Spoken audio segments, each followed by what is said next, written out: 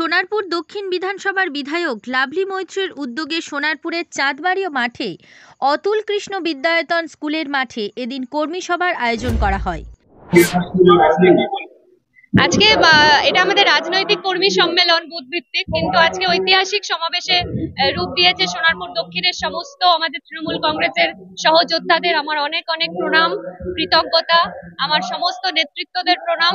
আজকে প্রমাণ করে দিয়েছে সোনারপুর দক্ষিণের মানুষ যে আগামী লোকসভা নির্বাচনে 1 ইঞ্চিও জায়গা ছাড়া যাবে না এবং জগাই মাধাই গদাই আমাদের বিজেপি, কংগ্রেস, সিপিএম যেই আসুক না কেন তৃণমূল কংগ্রেসের জয় জয়কার হবে। চারিদিকে মানুষ তৃণমূল কংগ্রেসের যে প্রার্থী তাকে বিপুল ভোটে জয়লাভ করবে এবং আগামী দিনে আমাদের যে জনগর্জন সভা আছে ব্রিগেডে, সেটা ঐতিহাসিক ব্রিগেডের রূপ নেবে।